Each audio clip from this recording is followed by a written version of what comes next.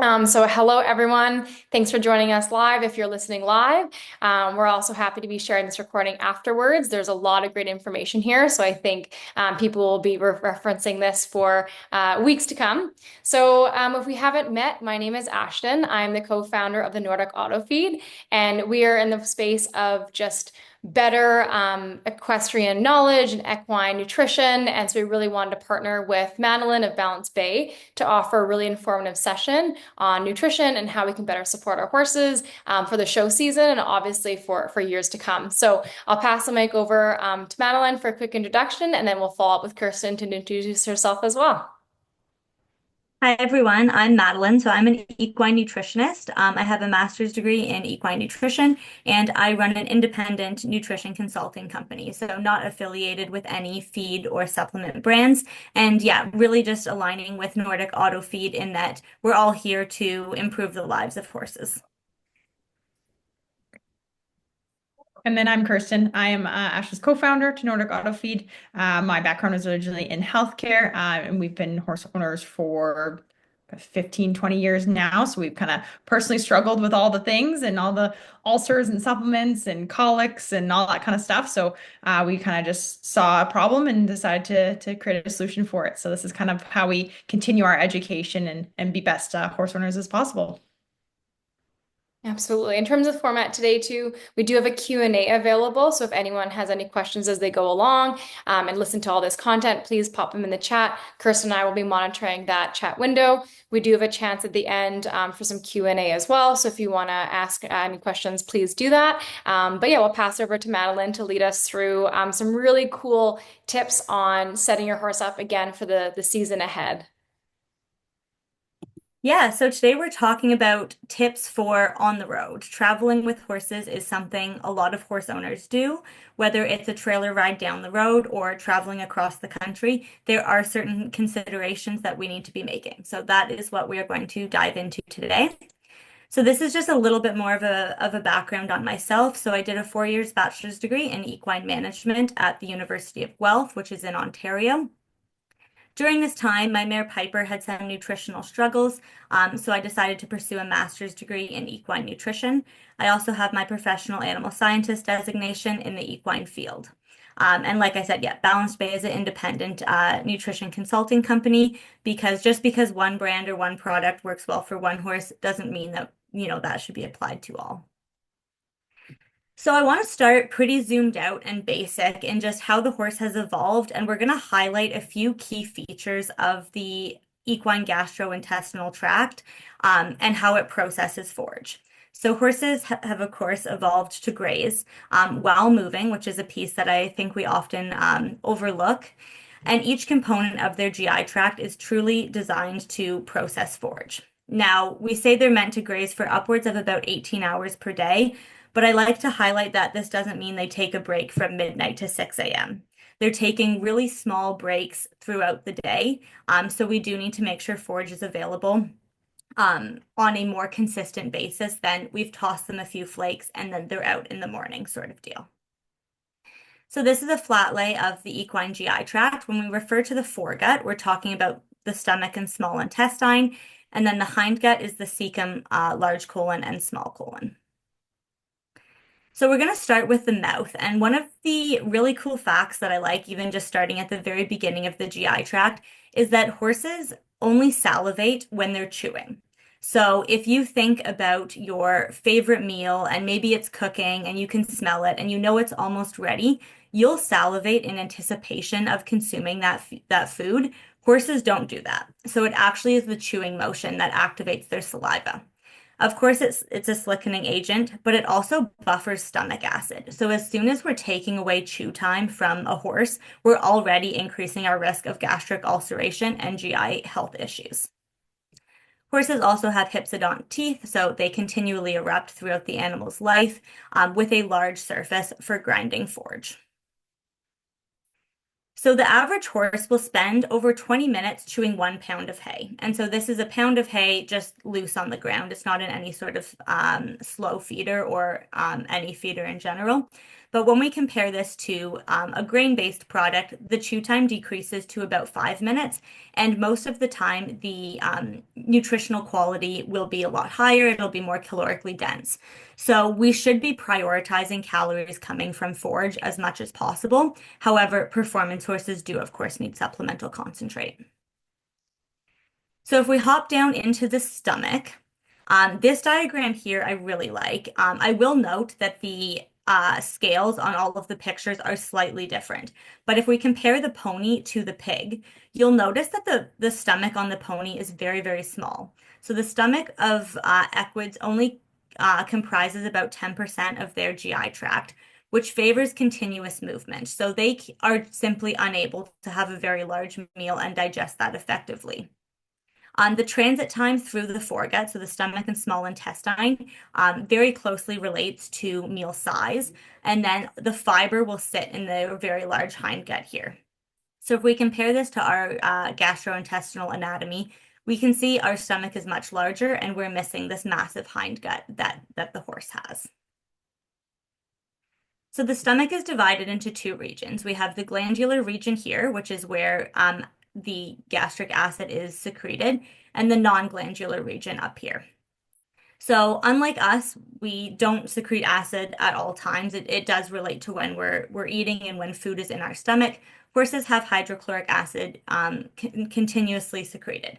So whether that horse is eating or not, whether their stomach is full or not, acid is being secreted. So when their stomach is empty, the pH becomes much more acidic. And so this is when we often see issues with gastric ulcers.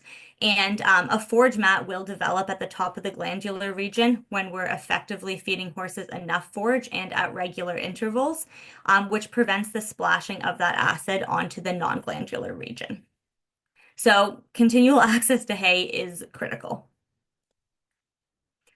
The small intestine I like to chat about, especially in regards to performance horses, because this is where most of our concentrates are going to be digested.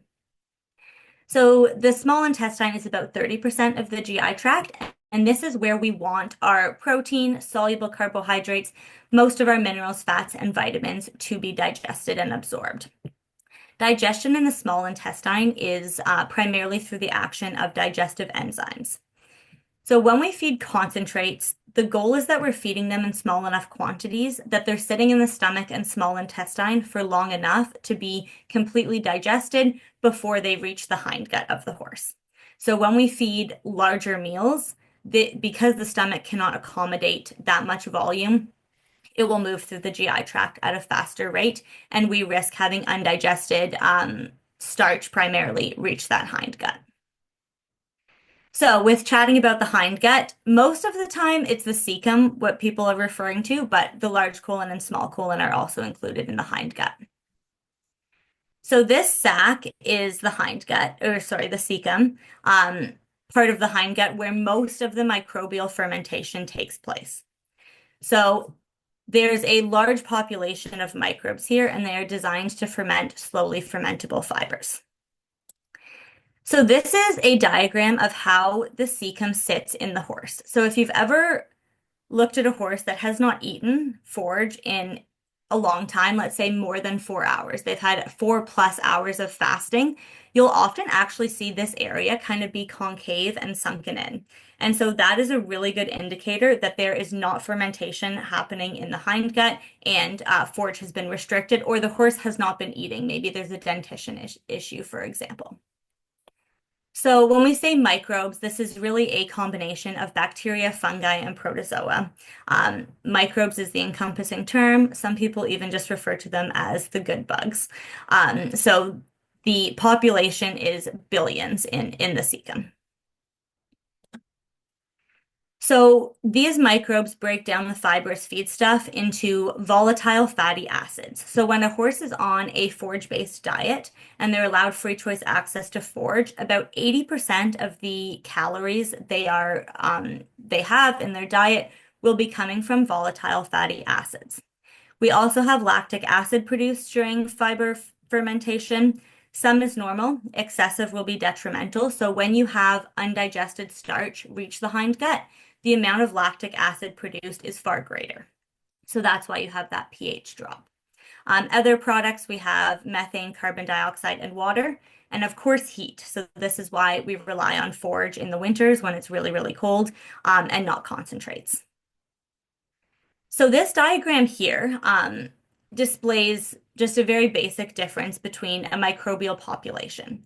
So the more varied forages a horse eats, the more variation we're going to see in their microbial population. Whereas when they're on one type of hay that's off the same field, it's the same plants they're eating every day, the concentrate stays the same, they're going to have less diversity in their microbial population. And this is okay, as you know, that is the reality of managing horses in a barn versus on 20 acres of pasture. However, it is something we have to be conscious of that their microbial population takes time to adjust to feed changes. So fermentation requires a pH greater than 5.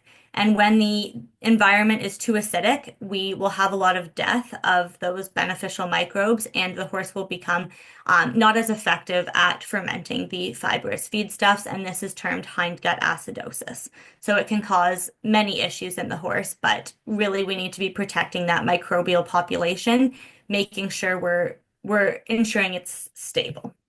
Hey, Madeline, I actually have a question about that. Yeah. Um, does that microbial gut, like what's the timeline of that? So let's say you have your horse out in pasture, spring, summer, we're going into the winter, you pull your horse off, you're starting to feed hay. Is that why you kind of get those traditional like seasonal like loose poops? Is that like where you're seeing that as well, or is it kind of a longer term than just season by season? So the microbial population will adjust to what the horse is eating over the course of about 2 to 3 weeks. So when we're making a forage transition, ideally we're making that over about 14 days. We can support with probiotic products as well, but really just looking at that slow change because we don't want large proportions dying off all at once. So when you shock the system, you're killing off a lot of microbes and it takes time for the body to replenish that. So yeah, those like loose poops when you have forage changes is due to disruption in that microbial population.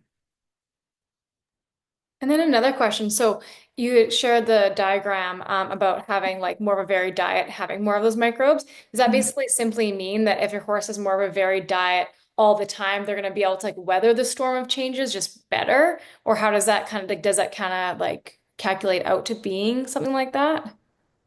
That's a really great question. So in terms of having a varied diet, I would say having multiple fiber sources for a performance horse can be beneficial because if you're going to a show, for example, and your hay is changing, you can kind of lean on that other fiber source that they're already used to and increase that amount so you're mitigating the shock that you're inevitably causing. So there are ways you can kind of play around with fiber sources. In terms of concentrate, because the concentrates are primarily being digested in the foregut, it's less concerning in regards to the microbial population specifically.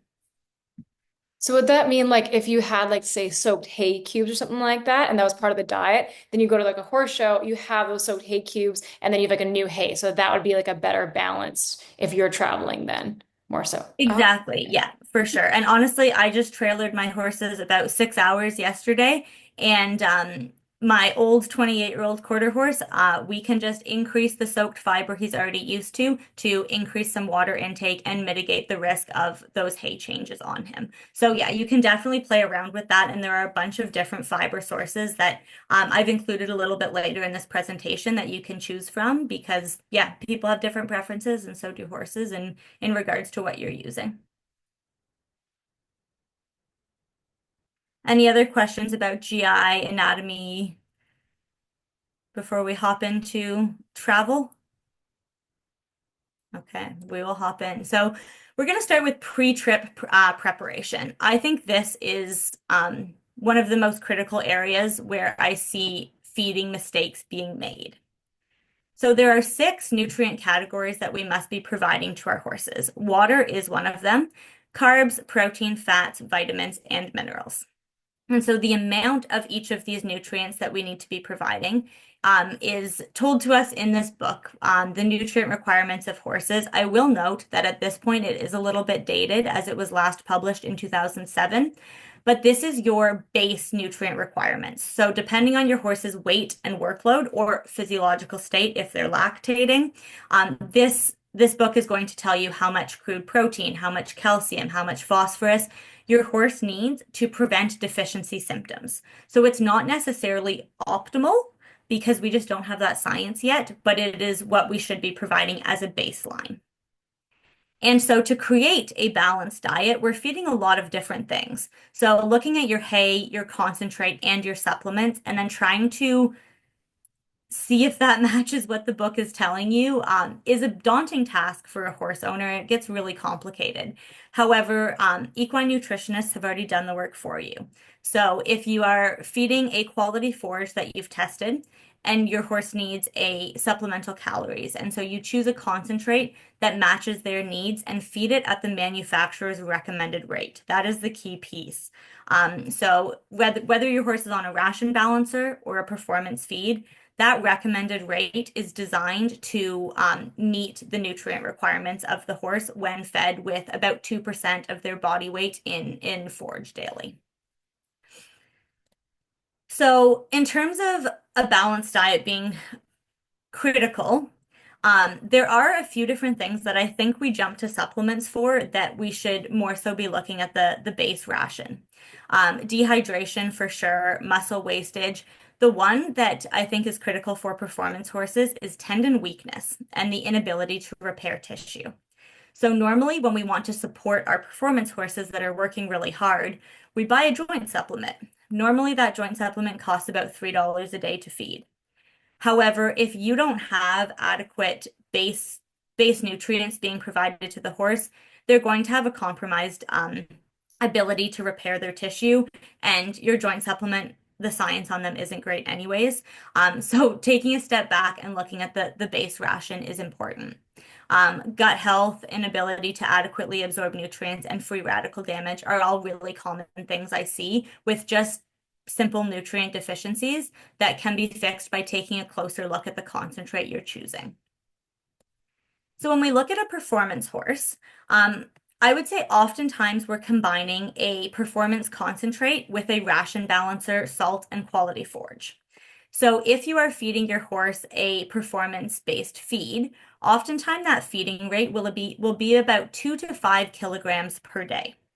If you are feeding below that rate, for your whatever the manufacturer's instructions are on that product, you should be adding a ration balancer. Salt always needs to be added as well. About 2 tablespoons is baseline requirement for a 500 kilogram horse. And then of course your forage. I will note when I do rations for performance horses, I always include a soaked fiber source. It's critical for travel and makes hay changes a little bit easier. The other thing I look at is a calorie source that can be easily adjusted. So if we have our concentrate, and this is our horse's base ration, and then we're going to a show for 5 days. We don't want to switch to a higher calorie concentrate. Maybe we don't want to add 2 kilograms of our concentrate, but we can maybe pull in a fat source. So maybe they're on an oil and we just increase that oil a little bit. Or their soaked fiber source is alfalfa cubes and we increase that a bit. So there are lots of ways you can make small adjustments to accommodate their very varying schedule. And then electrolytes, which we're going to talk lots about a little bit later on. So any questions about baseline nutrition and just creating a base program for when your horse is at home? Even hearing you say 2 tablespoons of salt, I just immediately thought that I underfeed salt now. Like I thought I was just giving like my sprinkle, like I kind of just have my, routine and I underfeed salt. So we've got salt blocks, but it's just so cool to actually have that like reference point of those numbers. Yeah, and a salt lick is great. I always am a fan of horses having a free choice access to salt licks. However, salt licks were really designed for cattle, not horses. And so if you've ever had a cow lick you, it feels a lot different than a horse. Their tongue is much rougher. They're a little bit more effective at getting that salt off the block. But we shouldn't be relying on that as our horse's salt intake. So about 2 tablespoons is for your horse that's not working, just hanging out in the field. We do increase that with performance horses and supplement that with electrolytes. And I would say that if you're feeding salt correctly, you're probably preventing impaction colic. I think that is a key reason we see a lot of impaction colic is we're just not feeding enough salt, and our horses are slightly dehydrated because of that. Okay, we'll hop into traveling now. So, in terms of traveling, I've broken it down into a few different key concepts. So, consistent fiber, forage transitions, stress management, meal times and sizes, electrolyte use, and other support products. So I would say these are the key nutritional issues I see that do cause health problems in performance horses. And these are also the areas that when you fine-tune management, I find you see a difference in performance. So for consistent fiber, if possible, bring your own hay when traveling. Your hay should be tested. For anyone that doesn't know how to test their hay, it is something you can do on your own. You don't need a nutritionist to do it for you. And I offer those instructions completely free of charge. So if you want to send me an email and say, hey, this is where I'm located, I can send you instructions on how to take a sample and shipping to the nearest lab to you. So these are a few different soaked fiber sources. There are many that you can choose from. We have hay cubes, of course, Timothy alfalfa blend. We also have maybe teff pellets are available in some areas. Beet pulp is a great soaked fiber source for many horses.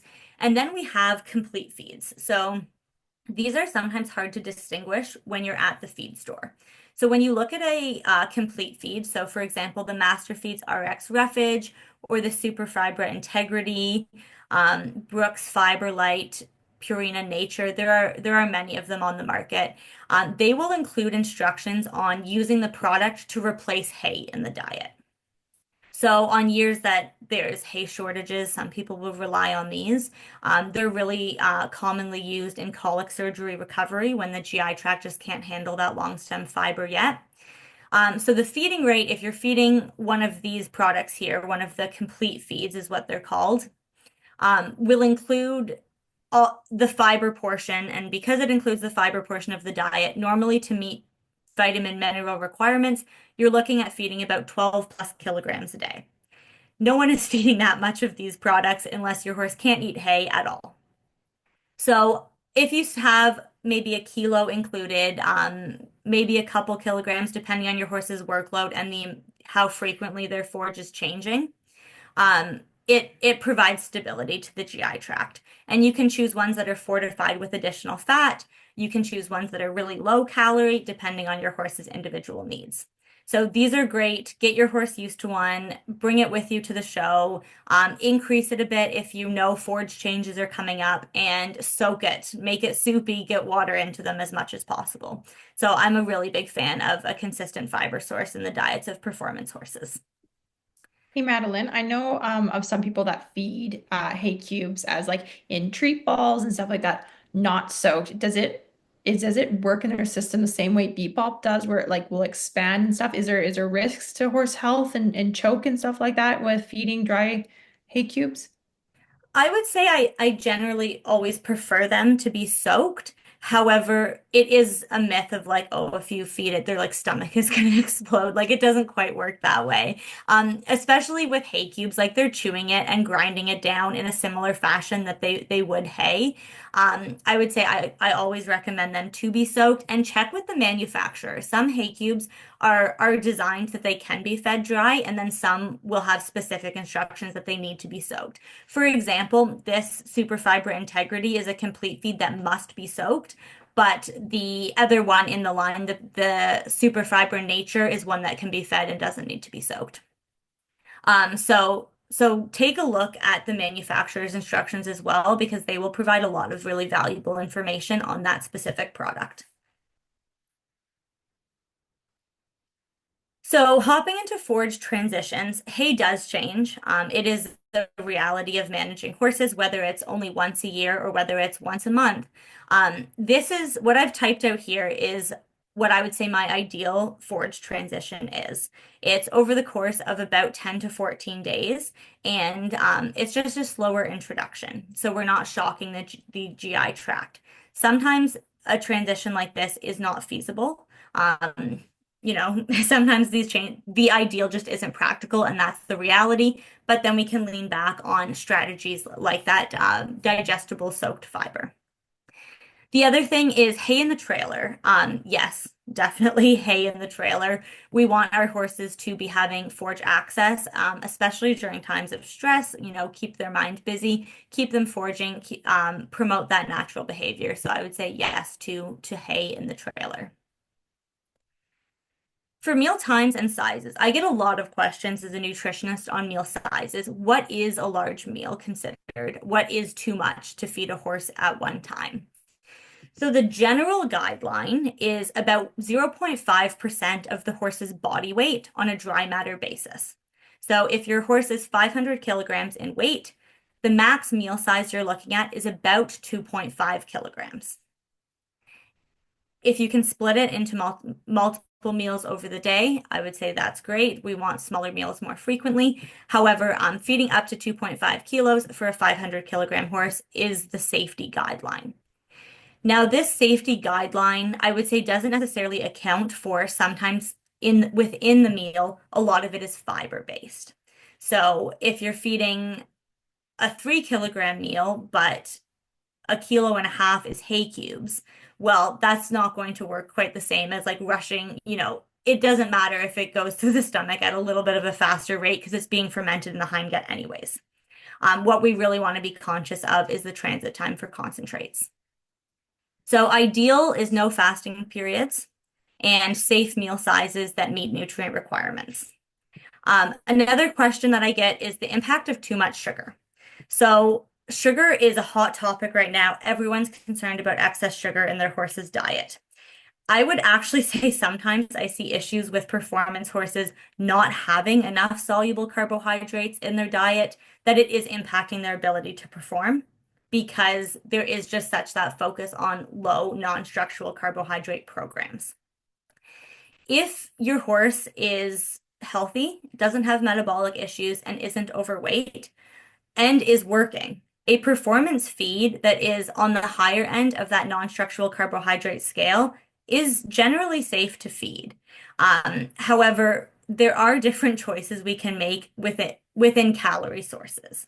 So if you have a horse that gets really, really hot and we're trying to bring them down a little bit, or if you have a horse that is the opposite and you want to kind of boost that energy, we're going to choose different supplemental sources of calories. Fat is great for horses that we want to boost calories, but not necessarily that excitability. We look at fat and fiber. And then if we're trying to kind of kick up a notch in terms of excitability, we look at soluble carbohydrates. So all of that depends on your horse's individual needs and your preferences as well. So this talks a little bit more. So non-structural carbohydrates would be highest in cereal grains, high in fresh pasture, and I will say high in some hay. One of the highest NSC forages that I ever tested was a mature Timothy forage. It honestly looked like straw, and it came back at over 25% non-structural carbohydrates. So just by looking at hay, you cannot tell the sugar content. I test many different batches of hay every single week, and I cannot tell you the different sugar contents of forage based on looking at it. This is best for high intensity, short duration work. Whereas when we're looking at fats, specifically, normally we look at oils, that's best for moderate intensity, longer duration work. Any questions on calorie sources, any of that before we chat about electrolytes?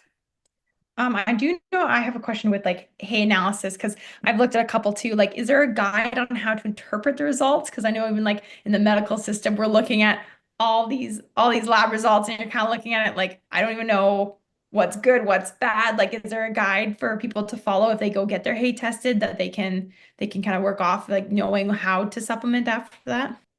Yeah, I can send you a link to an article that you can share with the participants of this webinar afterwards. But in terms of walking through a hay analysis, the dry matter moisture content you're looking at primarily for safety. About 6 to 15% moisture is what is recommended. Obviously, when it's too wet, we get mold, but when it's too dry, we get a lot of nutrient loss due to leaf brittleness. So we want to have kind of that 6 to 15%. Crude protein will vary depending on your horse's needs. If your horse is a pasture puff, not really doing much, about 8 to 10% crude protein is okay. Performance horses, we're normally looking at 12 to 14. If you have a broodmare that's lactating, higher protein, the better normally.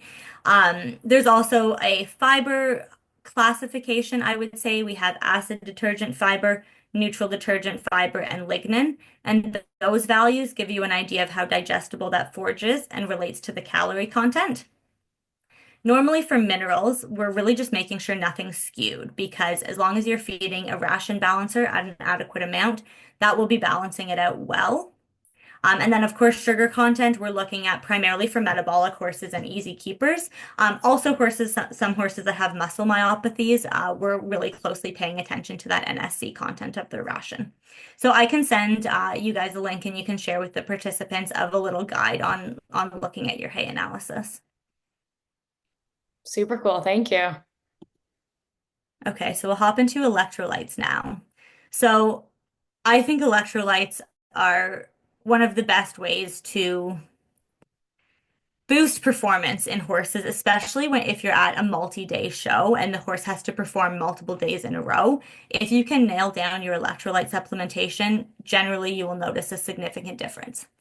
So electrolytes are minerals that dissociate into electrically charged ions in water.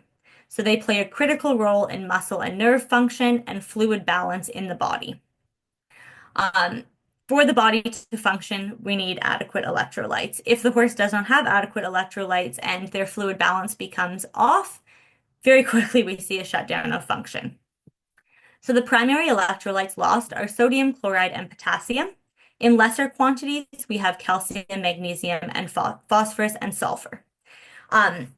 Horse sweat is actually a lot more concentrated in electrolytes than ours. So for example, think about the white that, is left, that white residue that's left on your horse's coat when they are sweating a lot. That is salt that has been lost from their body. So something to think about when anytime a horse sweats, we should be providing electrolytes above and beyond their daily salt requirement. But the amount of electrolytes we're providing increase in need the more the horse sweats because that is the greater content of electrolytes being lost. So performance electrolytes, choosing the correct one and using it correctly is critical. Just going to the store and grabbing an electrolyte on the shelf and tossing some in your horse's feed is not going to be adequate.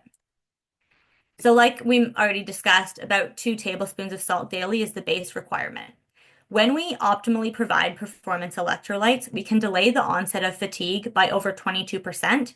We can reduce muscle cramping, and we can improve the horse's ability to recover and perform the following day. So a performance electrolyte is formulated to replace the ions lost in sweat. Dextrose is needed to improve the rate of absorption in the small intestine. So that is sugar. We don't want to be feeding our performance horses sugar-free electrolytes generally because scientifically we do know it increases the rate of absorption. So in terms of a purchase checklist, the sodium and potassium content of the product should roughly equal the amount of chloride.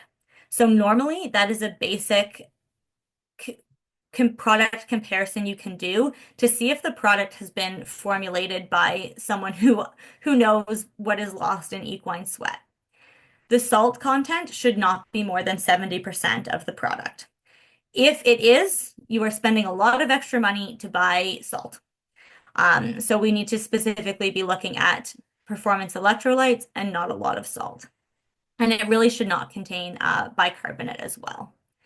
So looking at the ingredient list, the bioavailability will vary depending on the ingredients used. The best forms to look for are citrate, chloride, amino acid chelate, and yeast chelate. And then, of course, dextrose. So dextrose, yes, it is important for palatability as well, but it is also critical for absorption. So when we have an electrolyte that contains a carbohydrate source like dextrose, it does improve the speed at which water and electrolytes are absorbed into the digestive tract. If you have a metabolic or insulin-resistant horse, we are probably not going to be choosing one of these electrolytes. But if you have a healthy performance horse that is working hard and needs the support, an electrolyte with dextrose is the way to go. And yeah, it depends whether or not it's going to be safe for your metabolic horse. Every metabolic horse has different thresholds that they can handle. For the most part, we avoid electrolytes with dextrose for those horses. So when we are optimally supplementing these, the goal is that we're replacing what is lost in sweat with the fastest rate of absorption in the stomach and small intestine into the bloodstream so that those electrolytes can then be utilized by the muscle. When we provide an electrolyte in solution, so not as a top dress on feed, instead in a bucket of water, it will be present in the bloodstream within 10 minutes, in the muscle within an hour, and in the sweat within 10 minutes. So we see very, very fast absorption when we are providing a performance electrolyte in solution. This is normally something you have to train your horse to do and get them used to. So all electrolytes must be broken down in water prior to being absorbed into the body. This is one of the key reasons why I don't normally recommend paste electrolytes, because paste electrolytes will sit in the GI tract and pull water from the body before being able to be absorbed. So they will dehydrate your horse a little bit before they are rehydrating them. So ideally 1 to 2 hours before trailering or intense work, so we can preload electrolytes in our horses, and within 45 minutes of their work stopping. So this piece is really, really key for rehydrating and getting them ready to perform again the following day. We want to be within that 45 minutes of their exercise stopping. So in terms of type, normally we want to be using powder and we want to be mixing that with water. So about 1 ounce of the electrolyte powder per 1 liter of water. But again, every product might have slightly different proportions that the manufacturers recommend. But I would say that ratio is pretty common. The amount we're supplementing depends on the duration and the intensity of the work. So the NRC uses no work, light, moderate, heavy, and very heavy, all based on an average heart rate. We have to combine that information with the heat stress because even if your horse has light work, if it's 35 degrees Celsius out and humid, they're going to be sweating often quite a bit, and they should be getting electrolytes even if they're just walking. So this is a heat stress chart, and this you can just Google a heat stress chart, and there are many to choose from. And looking at your humidity and temperature will give you a heat score. And so based on that heat score, you will be able to create electrolyte guidelines. So as the score increases, it becomes more challenging for the horse to stay cool. So above about 115 as a score, we shouldn't really be exercising horses at all. And then these are the other kind of, the horse must evaporate sweat. So between 90 and 100, they'll be sweating. Sweat becomes insufficient and we need to be cold hosing. And then if we're kind of getting to the borderline of, is it safe to exercise? A lot of people will also use ice to cool their working horse. So these are some charts that give you a basic guideline for your average 500 kilogram horse. So these are the different workload classifications, which if you want more details on those, you can refer directly to that NRC text, which tells you what kind of work falls into those different categories. It is related to the average heart rate and how many ounces of electrolyte should be provided after the work in how many liters of water. So this would be your low heat stress. This one would be moderate heat stress. So if your horse is in very heavy work, we're trying to provide a lot of electrolyte and water supplementation. And there isn't a concern with the horse drinking a lot of water after heavy work. That isn't something that we should be restricting at all. And then this would be very heavy heat stress. And so if we look at very heavy work, which I would say most performance horses that are ridden aren't hitting that very heavy work classification, but that would be about 10 ounces of electrolytes in 10 liters of water that we'd want to be providing. So clean and fresh water at all times. What I'll often recommend for a performance horse is get them used to having a option of flavored water in their stall, or in their paddock if they're out all the time. So you can have their regular water and you can have a bucket of water flavored with a couple ounces of the electrolyte. That way, when they get to a show where the water is different and smells different and tastes a little bit different, they have their comfort of, oh yeah, this is my apple flavored water. And they're used to consuming it in the format of water as a solution. So baseline salt and then electrolytes. These are a few electrolytes that I would say are well-balanced ones on the market. This omega alpha one does not have dextrose added, so that is one that I normally recommend for easy keepers and metabolic horses that we might want to be cautious about sugar intake with. So any questions on electrolytes before we hop into some other gastric support products?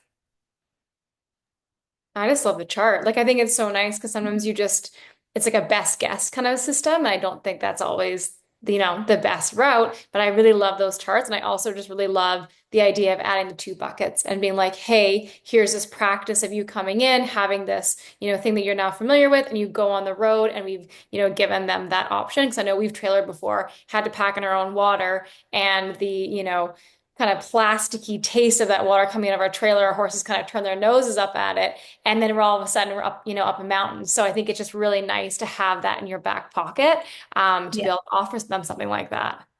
Yeah, and what some of my clients will even do is they'll get in the habit of giving it to their horse as their treat after riding. So, oh, we're done riding. Now you get this bucket of flavored water. And so that can work quite well in terms of getting them to consume it immediately after exercise as well.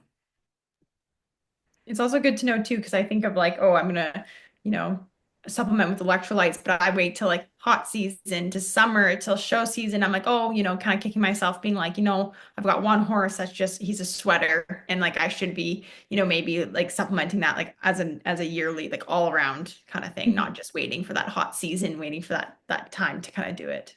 Yeah, exactly. And I used to compete with my mare. I don't anymore.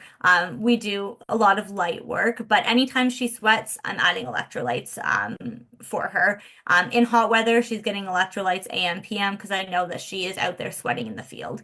So really, anytime a horse is sweating, we should be adding electrolytes and still feeding their 2 tablespoons of salt a day. Now, you're talking a lot about electrolytes in water. I also seen people like feed electrolytes in grain and stuff. Is that also good? Like it's kind of sometimes missing that 45-minute after activity, but is that still like a sufficient practice? Or like I know maybe you're saying like recommend it more in water right after, but is feeding it kind of year round in grain also okay?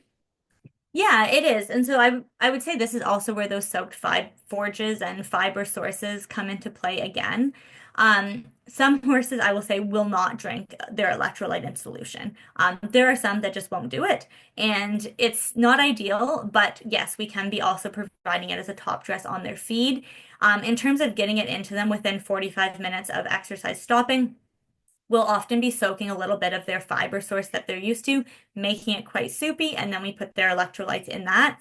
In terms of preloading before a trailer ride or before the show, a lot of my clients will put that electrolyte just as a top dress in their feed, but I do always recommend it being soaked feed that they're getting when we're putting an electrolyte on top.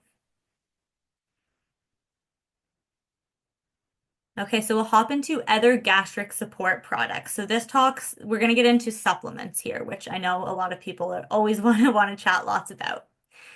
So the first thing that I want to talk about is gastric buffers. Gastric buffers do work. There is science on them. However, their window of efficacy is very small. So we normally need to be providing them to the horse every 4 hours to actually make a significant impact on the pH of their gastrointestinal tract. So it neutralizes stomach acid, which can prevent ulcer formation. Purina Outlast is not available in Canada, but it's a really popular gastric buffer. Alfalfa is as well. It's a natural dietary antacid. There has been some recent research that long stem alfalfa is what we should be providing to maximize the impact and preventing gastric ulcers. There are a variety of other gastric support products. I would say gastric buffers, if you're trying to prevent ulcers, gastric buffers is the way to go, and feed them frequently to continually buffer that stomach acid. Other gastric support, there's a long list. There are tons and tons and tons in every feed store. Slippery elm, we think might have a soothing effect on the GI tract. Marshmallow root is same thing, that high mucilage content for a soothing effect, may relieve irritation. L-glutamine supports the intestinal epithelial cells, and it is an amino acid. We have hyaluronic acid that's supposed to be a protectant of the gastric mucosa. Aloe is another one a lot of people will use. There is very, very limited research in these. Oftentimes, the research that we're seeing, the claims that companies are making, is coming from other species. For example, rats. Taking a rat and saying that this product is going to be effective, and then transferring that into a horse is a large stretch. Or the research will be in vitro. So it will be in a lab on tissue and not in a live animal. The other thing I see a lot of is poorly designed clinical studies, which love to be on supplement websites. And so I've pulled a marketing example. If you have online shopped for a gastric support supplement or been in a feed store in Canada, you have probably seen the product that this quote has been pulled from. So it says, horses brought into the clinic to be scoped for gastric ulcers were enrolled in the study. If they presented with ulcers, they were treated with GastroGuard, which is a drug, so that's omeprazole essentially, for 15 to 30 days. That is a prescription drug. We know that works. That heals ulcers. The gastric support product was supplemented 1 to 2 weeks prior to the cessation of the GastroGuard treatment and for another 30 days after the medical treatment stopped. All of the horses were rescoped at the end of that 60 days, and they all showed improvement or complete healing. Well, of course they did. We medically treated them. So this doesn't really tell us anything about whether that gastric support product was working or not. There's no control group. There's no horses that got the GastroGuard, but then didn't get that supplement. So things like this, I just shake my head at on supplement websites. It's just useless information that they're trying to sell you a product that they haven't actually invested in proper research for. So supplements for ulcers, medical treatment must always come first. Your veterinarian should ideally be able to determine which type of ulcer is present if you're going to scope, because the nutritional approach for how we are treating them is different. So the squamous ulceration is where we're looking at gastric buffers and alteration of forage management. Whereas if you have glandular ulcers, most of the focus ends up being on stress management. So a basic gastric support product like this one here, oftentimes you're looking at upwards of $1,000 every year, and that's just to feed one horse the product. If you have a slew of 6 performance horses, you can see how that cost might quickly add up. And oftentimes you don't think about it because you're buying it one container at a time, but about $1,000 a year for a basic gastric support product. Whereas investing in a feeder that is going to mimic the natural behavior, we're going to eliminate that often midnight to 6 a.m. fasting period, is a one-time cost, and I would say far more effective. So there are products that do have research. This one, Equisure, is a gastric buffer, and so we do know that the gastric buffers work. Like I said, when we feed it, it's a less acidic environment in the hindgut.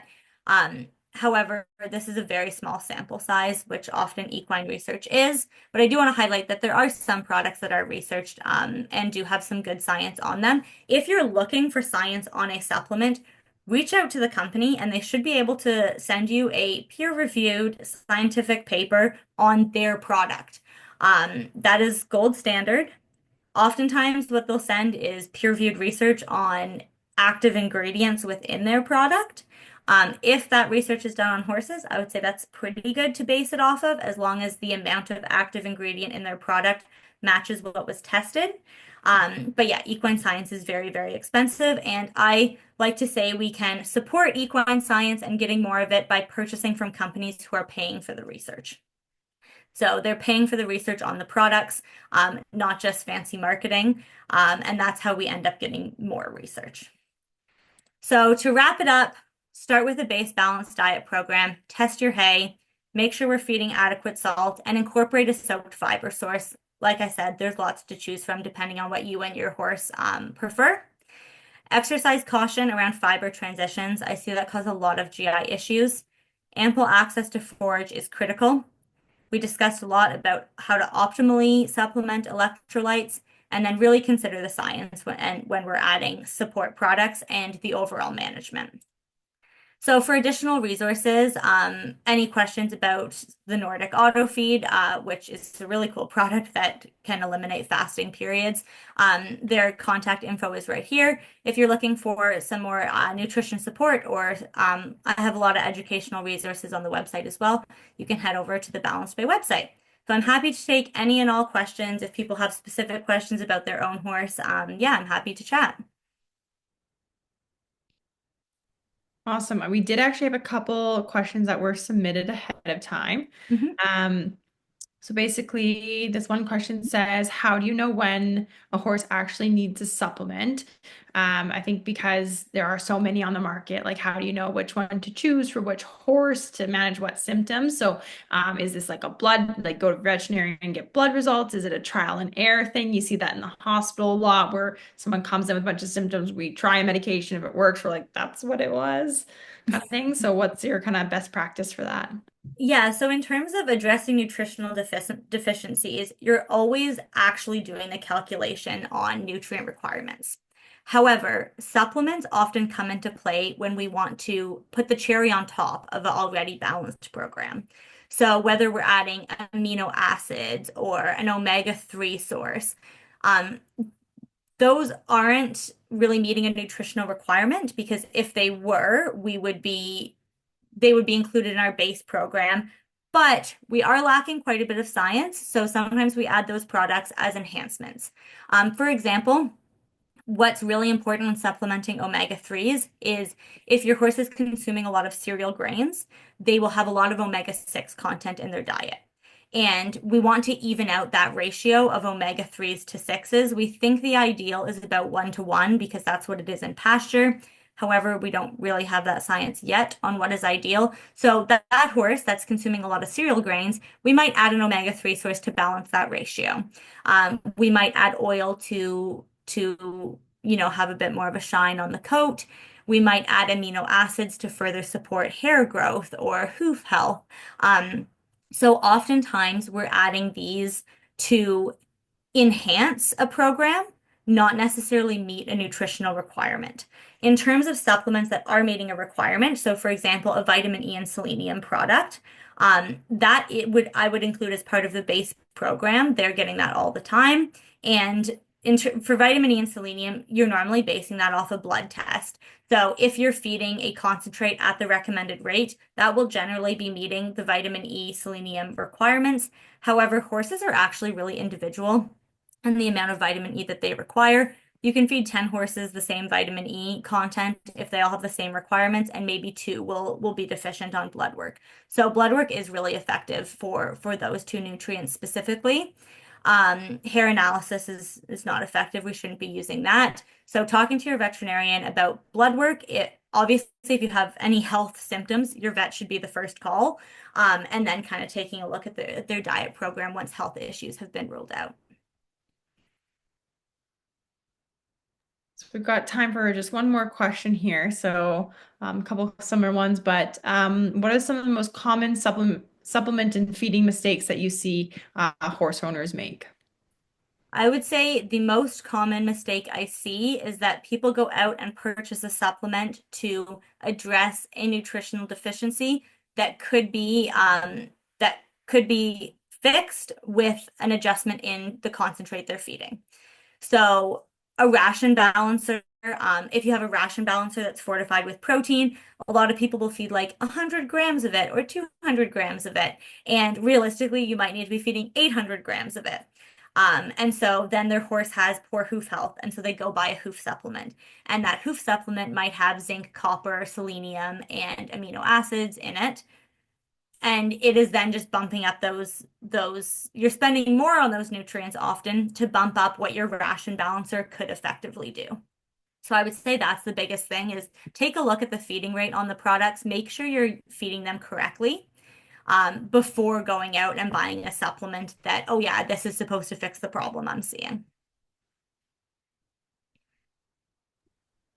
That's so interesting. Thank you. I mean, I think yeah, the whole presentation was full of so many good tips, and even for myself, I've got some notes to take back and change for our horses. But we'll yeah, absolutely send this recording out to those that were here with us today, and then have it available for those in the coming weeks too. If any other questions come up, please yeah, reach out to Kirsten and myself.